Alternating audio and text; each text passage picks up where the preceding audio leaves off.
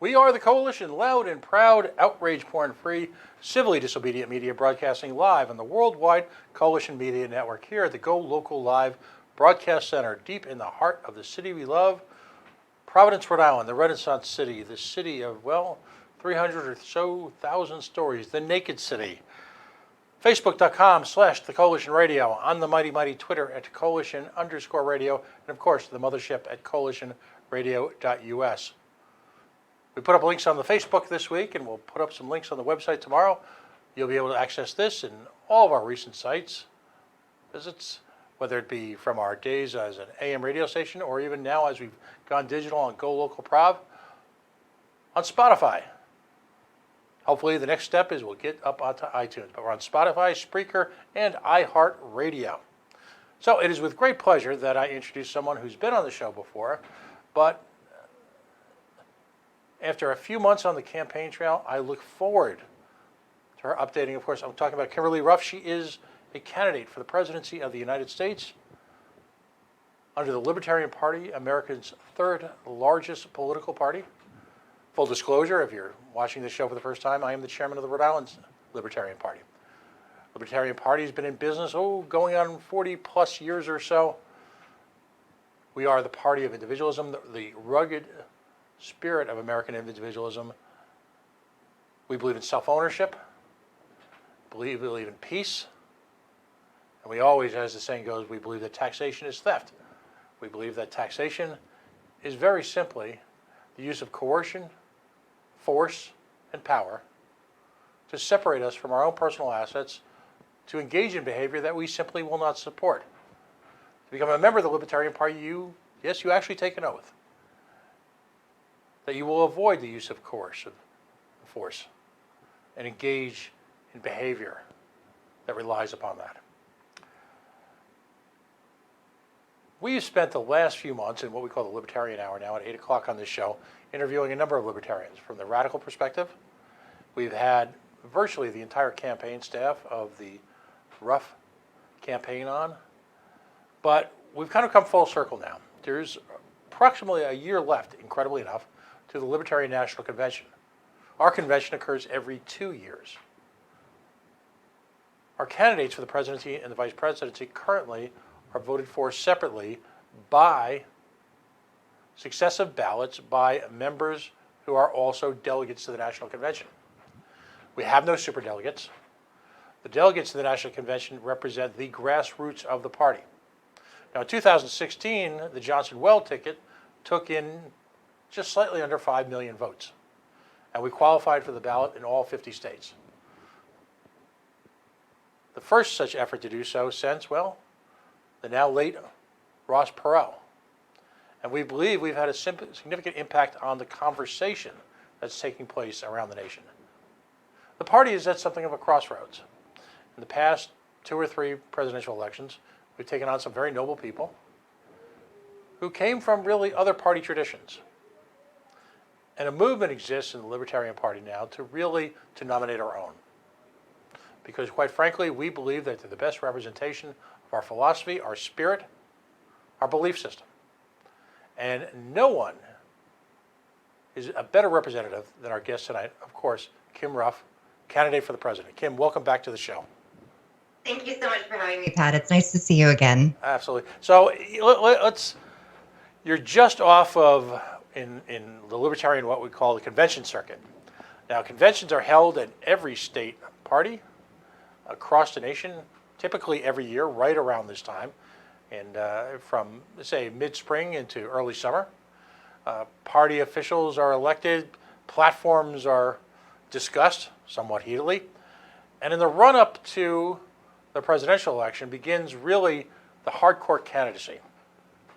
A lot of time is spent, obviously, as I mentioned, with party members because we're going to want to be the ones that ultimately select our candidate. So I guess my first question is, you and your team have sort of crisscrossed the nation. You've done a bunch of conventions. What's your impression that libertarians are looking for, in the run-up to 2020? Well, that's a very good question. I think that based on the reception that we've received, in addition to the experiences that we've had, which have been overwhelmingly positive, I think a lot of people are of the same mind within the movement and the party, that we need to make sure that we're very clear about what it is that we believe. So they are very much wanting to have a legitimately libertarian candidate. There are wonderful people who are current office holders who are close to some extent and are good at getting their foot in the door on these ideas, but they're not 100% there. There's so much that's encompassed in our philosophy, so that we really want to have someone represent that and make sure that we set that national agenda and that national dialogue. And then we can build off of that at a local or state level. So it's been really a positive experience. And it seems like a lot of people are of the same mind. Right. There is a very strong movement in the party nationally to really focus in some cases almost exclusively on local elections. But the presidential election is critical for a couple of reasons. First of all, we'd all like to think that sometime in the near future we will elect a libertarian as a president. But equally important is it provides us the bully pulpit that we need to provide folks with a real insight into what we think, what we focus on, our issues, our platform. Equally important is, of course, the bogeyman for any independent party. And of course, we're talking about ballot access. You know, in the absence of, well, significant reform at the congressional level, ballot access continues to be a challenge almost everywhere. And in some cases, we're actually fighting a war of attrition because given our successes in 2016, our relative successes, there are states like Ohio that are openly antagonistic to having folks have the opportunity to support not just a libertarian, but literally any third-party candidate. Would you go so far, Kim, as to describe this as an active attempt to disenfranchise the American voter? Oh, absolutely, I do. In fact, I think the voting structure that we currently have, where it's an either or, as opposed to something that would be more authentic and honest, like ranked choice voting, is another example of how we disenfranchise the voice of the American voter. That's why you get into a situation like 2016, because, you know, statistically speaking, voters will come out more likely for national elections or federal elections than they will for state or local, even though local is where the most change is affected. But in 2016, a major national presidential race, 46% of voters just didn't even bother. And it's because they felt they had no voice and no viable option. Instituting something like ranked choice voting on a national level would permit them to pick, I like this person best, and then this is my choice after that. And then on a local or state level, if they stopped employing either particularly difficult restraints or rules or regulations governing who can get on a ballot and to what extent or how, then they would allow greater choices for the voter and more people would be inclined to vote.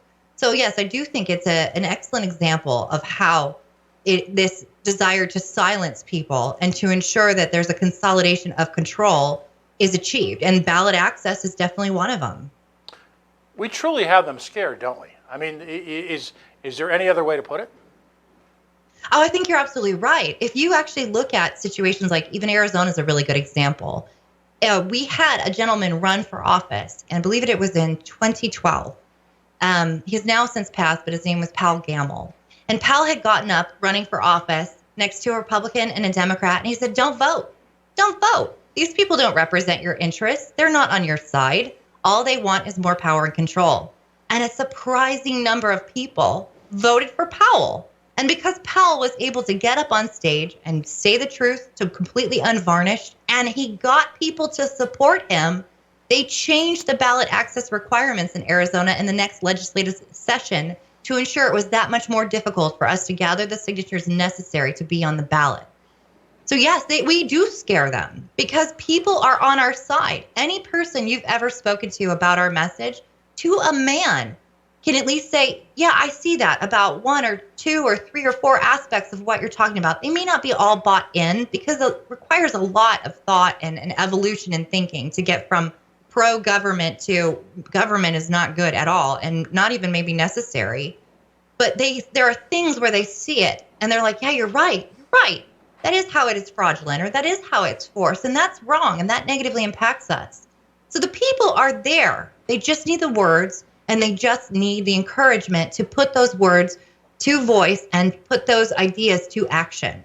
And that's why the Republicans and Democrats want to stop us, because we have the people. In a level of hypocrisy that, even to a hardened cynic like myself, is truly astonishing. This past 2 or 3 weeks, we've been treated to the Democratic presidential debates. And in some cases, we're talking about 12 or 13 individuals on the podium. Now, personally, I celebrate that. I think that's a wonderful exercise in democracy.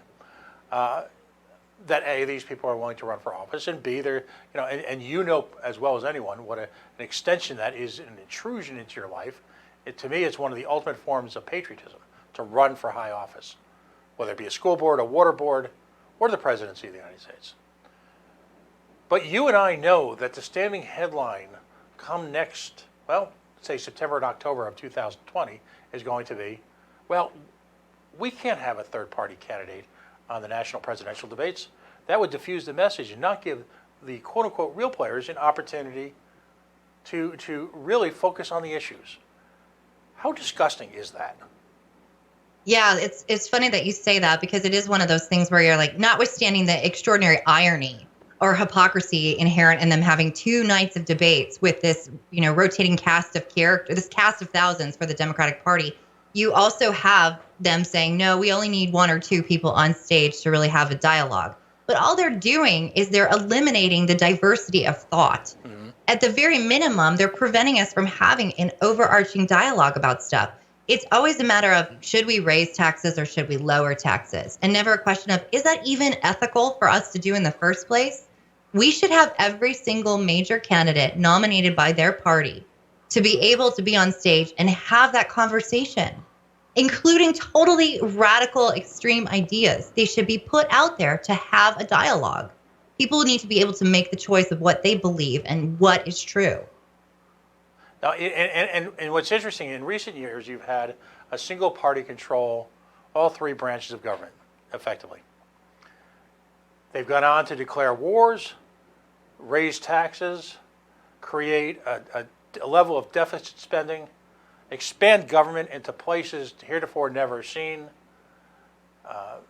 create, by our foreign policy, humanitarian disasters.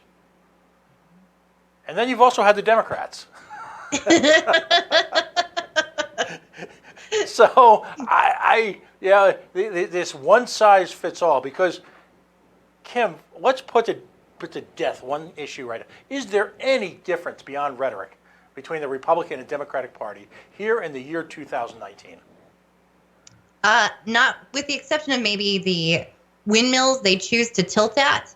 No, there is no fundamental difference between them. They pick a certain issue, and that might be different, but you're right. That's just a matter of semantics or rhetoric. The net result is the same, which is more government in every single aspect of your life, less economic opportunity, and more restrictions in how you live your life. Unfailingly, the entire reason for each other's existence at this point is an exercise in moral relativism. It would appear to me that the entire reason for supporting the Republican Party is that they're not the Democrats, and the Democrats, conversely, would argue that they're not Donald Trump. Have you ever seen the Jerry Seinfeld skit, Rooting for Laundry? I mean, are we just rooting for laundry at this point? It does feel like the political equivalent of Pascal's wager. Like, you're not even sure if you believe in it, but you're going to do it anyway just to cover yourself. Mm-hmm. Like, that's where we are. And that is such a false dichotomy, because it ignores the fact that there's a whole menu of ideas and ideologies and belief systems that translate into meaningful action for us to choose from, truly. And if we chose to instead look beyond the 2 that we're given and find out what those other options are, then we will inevitably find someone who does indeed represent us. Mm-hmm. If you're just joining us right now, Kim Ruff, Libertarian Party candidate for the presidency of the United States, is joining us live. We've just been talking briefly about some snapshots and reflections on the national scene now that we're well into the campaign, with just a year to go, if you will, roughly, with the Libertarian National Convention, and then the onset of the final stages of the 2020 presidential election. So let's talk about your reach out, your effort. Your campaign now has boots on the ground, well, just about everywhere, don't they? They do. I mean, Sometimes I go to places and I'm like, hi, nice to meet you. And then I'm like, oh my God, you work for me. so what's been remarkable, and obviously I'm a homer, I'm a fanboy. So I'm looking at this and I'm seeing a campaign structure in place that, quite frankly, is superior to the campaign structure in place in the year 2016. What potential impact does that have? And as importantly, I want you to address, if you will, kind of an uncomfortable issue. And that's the notion that somehow, because someone isn't well known enough, or is someone new perhaps to the national picture, despite years of volunteering and years of being integral to both the Libertarian Party and the Libertarian Party Radical Caucus, how important is the structure, and as a result, how important is it that Libertarians get involved now while we've got time to support a Libertarian candidate? That's a very good question. I think infrastructure and hierarchy are actually very, very essential in order to make an organization work well. And that is one of the things that is very excellent about my campaign, is that not only is it a sort of a groundswell and a grassroots-based thing, but we have incredibly talented people that we've put in place, volunteers, all of us, who are responsible for managing their particular department and the individuals within, and keeping the overall mission focused on what needs to be accomplished. So it's this beautiful organic thing that has come together because of just the sheer will and capabilities of the people on our team. And that's awesome. Talking about name recognition, I said this recently when in Massachusetts. If name recognition is important to you, and it is important because it's part of our brand, not just as a campaign, but as representatives of the Libertarian Party and representatives of the liberty movement at large, then it's imperative that you take an active role getting that name out. The people on my campaign who do things even as simple as tag my name or tag our campaign page on Facebook to someone else are responsible for building that brand and responsible for creating that name recognition. Podcasts like yourself that have had us on, whether it's me or John or a member of our staff, and we've talked about this campaign, have been responsible for building that name recognition. And as we keep reaching out to more people and they keep talking to their 3 friends and their three friends keep talking to their 3 friends, then we will continue to build that groundswell, because our name is but a sort of an abbreviation or a distillation of everything that we stand for in this campaign and as libertarians.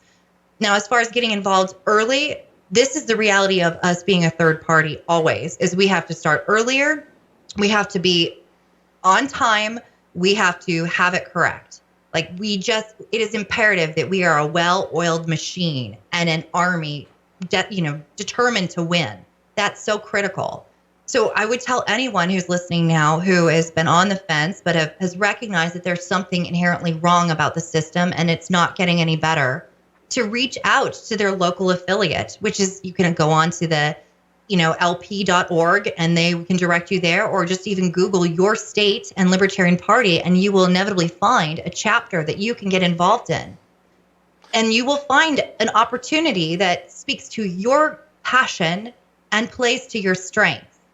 It's time for all of us, with whatever time that we have, to stand up and push back. And this is my opinion, hence the opinion of station management. And as I'm always very careful when I say something like this, I don't want to project this onto my guest. Damn it, it's our turn, it's our time to get off the damn keyboards and take our message to the street, because ultimately, most people, when actually given an opportunity to understand what we as an organization represent and support, find an astonishing level of agreement with just about everything on every level. And if you get folks who are rooting for laundry, well, we may have lost some of those folks permanently, but there's a whole new wide world, a generation of people who've grown up at a time unique in American history when they've reached adulthood and never lived without a war. We have an entire generation now grown up for the first time who've lived and been surrounded by technology that in my lifetime was unimaginable. We have an entirely new generation that largely has become I'm very proud to say this. My daughters are just like this. They might be 20-something, but they've become unconcerned with religious affiliations, sexual identities, racial issues or overtones, to the point where they see and are often confused by my generation's obsession with those issues. And in saying that, there is fertile ground to present to them ideas of individuality, liberty, self-ownership. Our opportunity here is limitless. It's simply up for us, all of us, the collective us, hate to use that word collective with libertarians, right? But it's up to all of us to get up and take advantage of this. We have a year to go. We need to embrace the party, stop obsessing over nonsense, and just get the hell to work. And that's, I've tuned into the feed with the campaign sometimes, and I watch just this constant chatter all day long on a couple of different social media platforms where people are having conversations about campaign issues, and real campaign plans at 10 o'clock in the morning, 4 o'clock in the afternoon, and sometimes the same people are still coming back and forth at 2 or 3 in the morning. It's grassroots at its best, utilizing technology that we should all jump aboard and just forget about the sins of the past with whether they're Republican or whether Republican light or just, it's history. Get over it. But that's coming from me, not my guest. Let's talk about you and your team have fanned out across the nation. You were in Massachusetts. I felt badly that we somehow didn't connect. My fault, not yours. All right. So you're fanned across the country. You're talking to people all day within the movement, and because right now, and to a certain degree, the first stage of the campaigns right now is within the movement in order to get the nomination. What are the primary concerns policy-wise? What are the issues that you find and the campaign has found to be most prominent in the eyes of party activists, the type of folks who are going to take it to the streets? That's a good question. I'm sure there are myriad issues that concern party members, but because of the fact that our campaign chooses to focus solely on those things that pertain to that role and scope of office, what we mostly talk about are matters of foreign policy and international relations, or overhauling the criminal justice system on the federal level, or getting government out of the economy. There are secondary issues that we discuss because we do have at our disposal the opportunity to use the bully pulpit of the presidency to talk about those ideas. We can talk about body autonomy, though I couldn't really do anything about it. And we can influence people. But I think it really just depends. You even know this from just your observations of the Libertarian Party and the Liberty Movement at a larger scale. People come into there because there's different issues that were important to them. So, for example, my dearest friend is a sex worker advocate. That is the thing that she cares about the most. She's not saying everything else is secondary or tertiary, but that is her thing. And so that's what she wants to talk about, that sex work is work and that it should be decriminalized and people shouldn't be punished for using their body as they so desired. And if they happen to make money off of it, even better for them, because isn't that what labor is anyway? So that, that's something that's important to her. But then there are other people who are concerned about, rights of minorities or, transgender rights or, normalizing certain concepts that had previously been pejorative but do no harm to anyone. Ending the war on drugs is something that's hugely important to people. And of course, immigration is something that has been discussed widely during this particular cycle because it has been made the boogeyman of the past 3 years. Now, it's interesting because we had Kristen on just a few weeks ago to talk about sex worker rights from a libertarian perspective. And there is now a working group, in addition to having the only national political party that has a pro-sex worker plank in its national platform, there is a working group in your organization to discuss and address those issues. Should when the day comes that we've got a rough presidency, so to your credit on that. It's interesting. I love your reaction to this because you talked about immigration. We had folks last week on from a small town in New Mexico, and it's funny because they all knew who Gary Johnson was. A town called Deming, New Mexico, and it's fascinating to me because what they've done in the light of the immigration crisis I think is, well, what's the saying? Libertarian AF. So I'm going to give you just a quick snapshot. So these folks, it turns out that the Border Patrol, who, by the way, they have a very cooperative relationship with, when a refugee is processed and goes through the necessary paperwork to become a refugee, the government then either takes them to a center and or then, at some point, drops him off literally at a bus station. One evening, my guest got a phone call in the middle of the night to find out at a cold New Mexico night, because desert gets is a pretty tricky place for the human to operate in, that there were 38 individuals sitting at a bus station trying to figure out a way to get out of town. Now, choice A, call Fox News and find incredibly hurtful things to say about these people and point out that they are clearly inadequate to be Americans and should, as the saying now goes, send them home. Point B, recognize the humanity and these folks. Understand, to me, again, one of the great ironies this year, that we are a nation that celebrates a mother's right to do whatever that mother has to do to save the life of their child or to bring their child to a better place to live. And understand that in some cases these folks, because they are folks, walked hundreds of miles in incredibly harsh conditions and not waiting for the government to open up, took, in cooperation with the town government, took over an army, relies largely on contributions from local folks, whether it be some tax money that was pushed over, or in the case, contributions from around the country, and have created an environment that's warm and caring, welcomes these folks, celebrates their existence, gives them hot showers, gives them a form of communicating to the families that are quote unquote sponsoring them, provides them with food, water, shelter, and then for their journey gives them a pack of basic supplies so that they can journey forward. Now, which one would the Libertarian choose? And your reflection, if you will, when you hear something like that, on what the Libertarian response to this horrific immigration system is. Well, the Libertarian response would be to do the ethical thing and help. People are people regardless, and you should not use the existence of imaginary political boundaries as a reason to deny the inherent humanity of people. So that would be the Libertarian response. Why is that so difficult, do you think, philosophically? Are people that afraid? I don't know that it actually is something that is difficult philosophically. I think what the problem is that we have seen this throughout different epochs and periods of time in our own nation. Because we go through this period where we have an ever-rotating cast of the undesirable other. You know, at some point in time throughout American history, it's been Native Americans, it's been the Chinese, it's been Italian immigrants, it's been Irish, it's been African Americans. I mean, we have this ever-rotating cast of the undesirable other. After 9/11, it was Muslims. Now it's immigrants.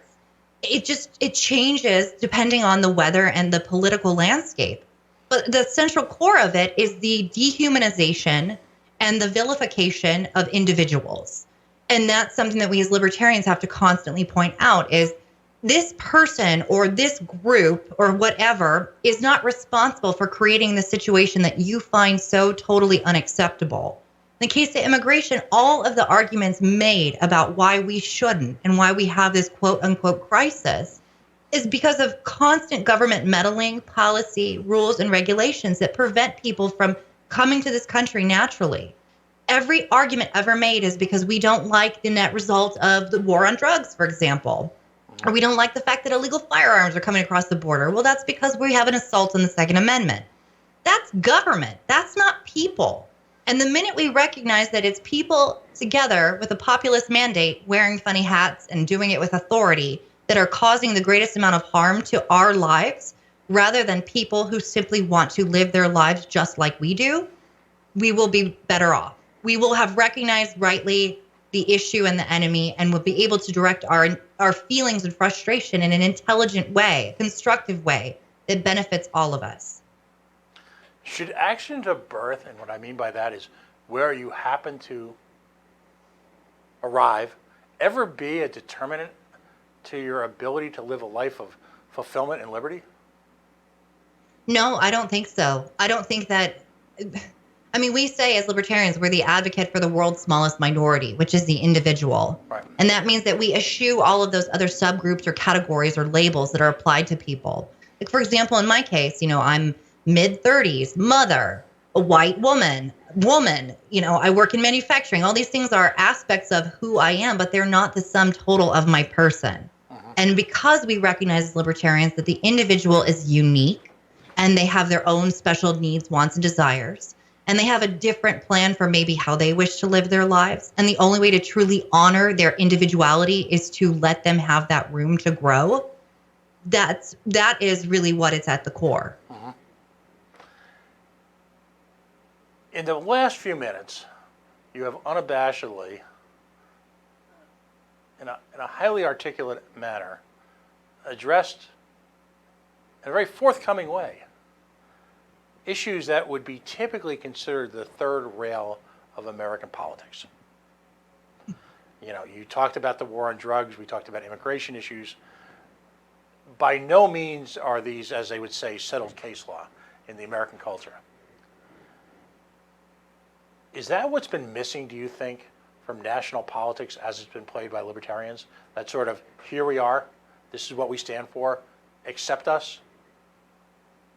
I think so. I think for a long time, because of the fact that it is a political party and political parties exist in order to get that message out, educate at large, as well as help ensure that candidates are successful and indeed do get elected to office. Because we've been coming at this and we've been wanting to compete on a national level or a local level against these existing entrenched parties, we have tried to play it their way. We've tried to pattern our speech similar to theirs or use the same sort of language, knowing that all words have a denotative and a connotative meaning. We've tried to mirror their physical, their nonverbals, or run a campaign in the same way. But what makes us so distinctly unique and so truly wonderful and completely puts us in a league way above our competition is the fact that we have truth. We have truth, and our message is one that is born from not a desire to rule others, but rather a desire to simply rule ourselves. And because we're coming from this superior, noble, ethical place, it's something that we just need to own. We need to stop acting like we're the ugly girl at prom and begging other people to take us, and instead realize that we are the queen or the king of prom because what we have is flawless. And walk in there like we own the place and let them scatter in fear. That is, I think, what it is. Don't apologize. Let's accentuate. Let's brag about it. A very quick Reader's Digest version of the story. My wife has been involved for most of her teaching career with single-sex, same-sex, K to 12 schools, all in all-girls school to be exact. When she started working there, attendance was way down, and there was constant chatter about the need to merge with an all-boys school or merge with another co-ed school. A woman came on who took over the reins, if you will.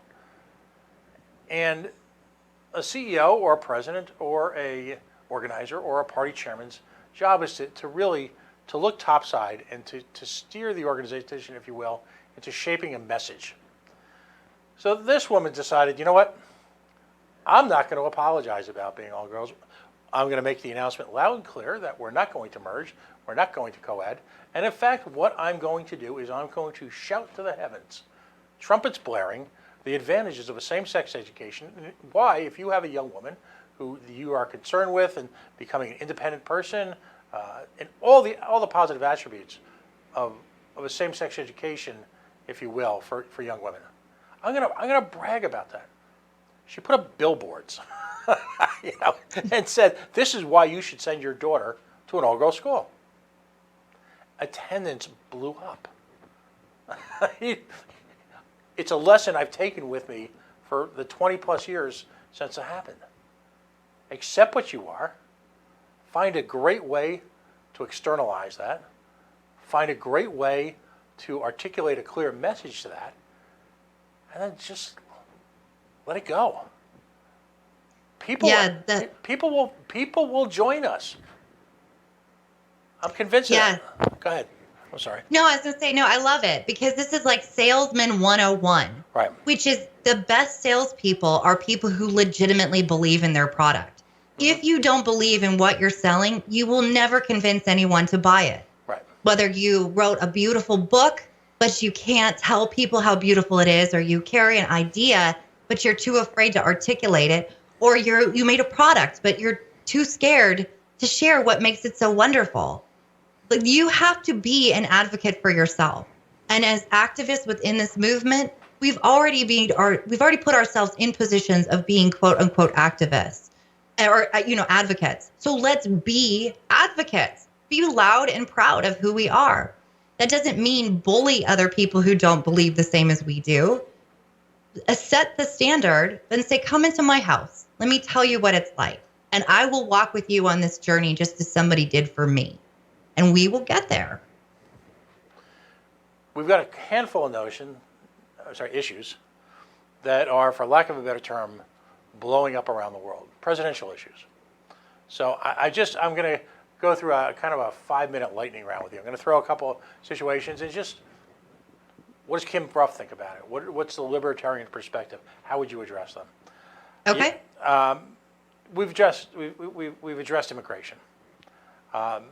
But let's fine tune it. We've got these centers at the border, which are,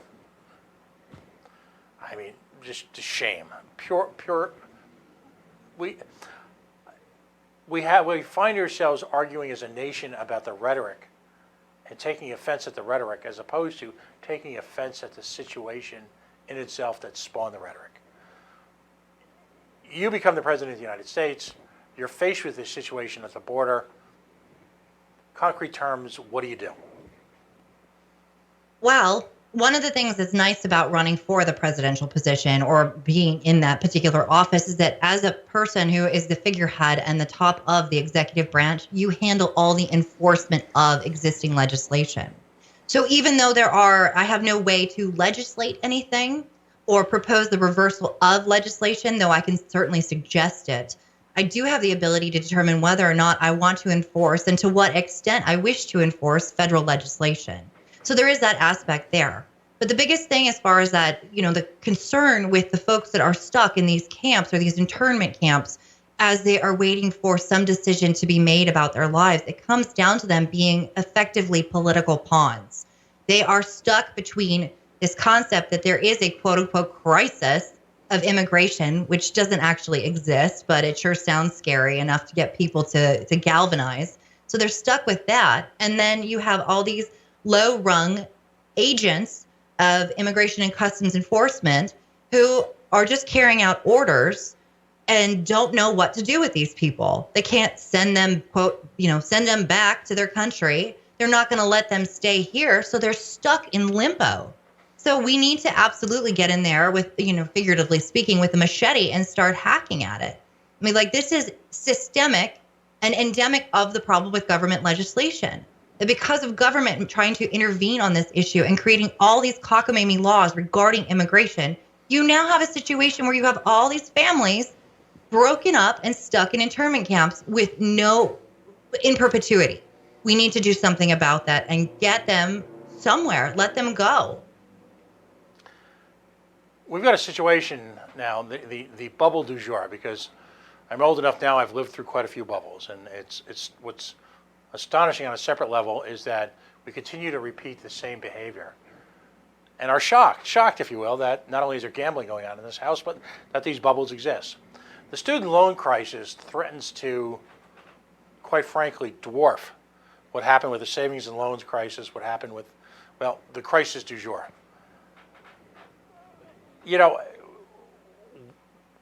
What do we do? A nation cries and looks at lonely eyes to you, Kim Ruff. What's your thoughts on the national student loan crisis? I think it's very simple. As a person who believes in personal responsibility, I would say to everyone who has outstanding student loans, you took the loan, you need to pay it back. That's how it works. And then encourage government to get entirely out of the business of funding education in the first place. Bernie wants us all to pay for it. How does that work on just... Oh, well, haven't you heard about the magic pot of money? That apparently this is the thing that's like the most absurd, ridiculous aspect about people's perception of government or the way that we speak of it. We act like it's this thing that exists completely independently, like it's Valhalla or something, and that somewhere on Valhalla it has this magic ability to create money and wealth and opportunity. And government is simply an organization run by fellow human beings that we happen to either elect or appoint or hire. And all they do is take wealth from those who generate it and redistribute it. You don't create money. And knowing how the Federal Reserve works and how inflation works, you don't want them to create money, please. You're not helping. So it's just absurd. Like, always in these things, these promises the Democrats make where they talk about how they're going to give us some sort of trinket or trifle if we voted for them. Like, they have to bribe us to vote for them because their ideas are so bad. Where is that coming from?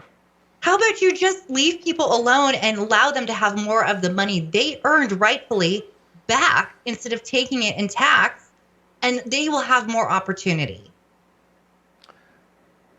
We've just got 4 or 5 minutes left, so the last one I want to throw at you, and this is actually kind of funny, all right? So we've got an executive branch that is creating tariffs, which everyone admits has created a high degree of pain for example, let's pick out soybean farmers in Iowa, who now find incredible obstacles to distributing their product, who are then being compensated in part, or at least it's been planned to be compensated in part, by a government with bailouts from money that is being borrowed from where? China. Should tariffs, should the word tariff be banned? Should there ever be a situation where we use tariffs? No, they're antithetical to the whole concept of a free market, both domestically and internationally. So no, we should not have tariffs, just as we should have subsidies or, any other fee or expense or benefit doled out on the free market system by government. It needs to be strictly up to consumers to decide what products they want and what they're willing to pay for it. It's pretty much that simple, isn't it? Is there any real drama? As I look back on the last 45 minutes we've spent together, your platform, and the Libertarian Party platform, but your interpretation of it is commonsensical, it's straightforward, it's unbridled, it speaks to growth, it speaks to prosperity for everyone, and it speaks to giving everyone an opportunity to enjoy liberty. And again, as I like to say, a life of self-fulfillment. Because I truly believe that capitalism is the mechanism by which the individual reaches their full human potential.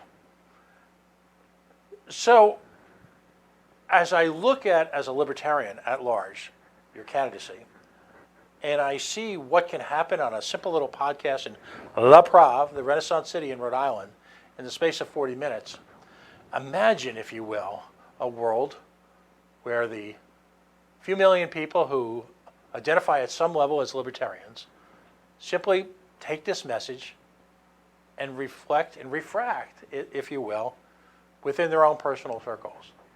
Not around the world, not to Times Square on a big billboard, but simply taking this message and in your immediate circle of friends, your immediate family, your immediate work friends, in a non-threatening, non-confrontational manner, of course, just simply discussing these truths.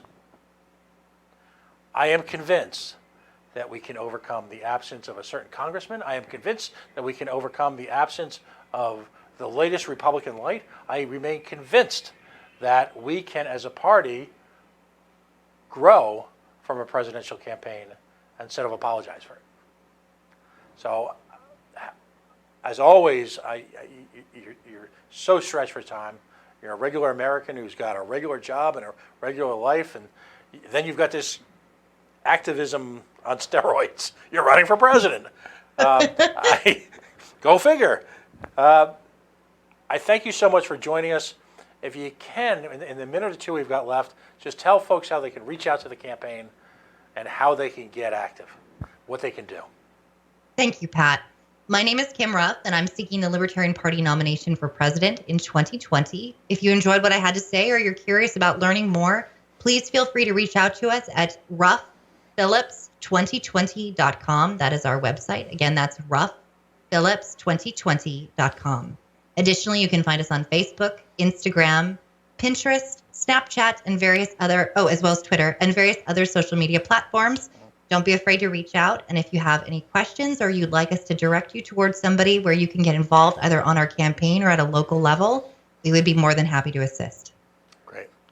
Kim Ruff, she's running for the presidency of the United States. She represents a clear, articulate, nonsense-free interpretation of libertarianism.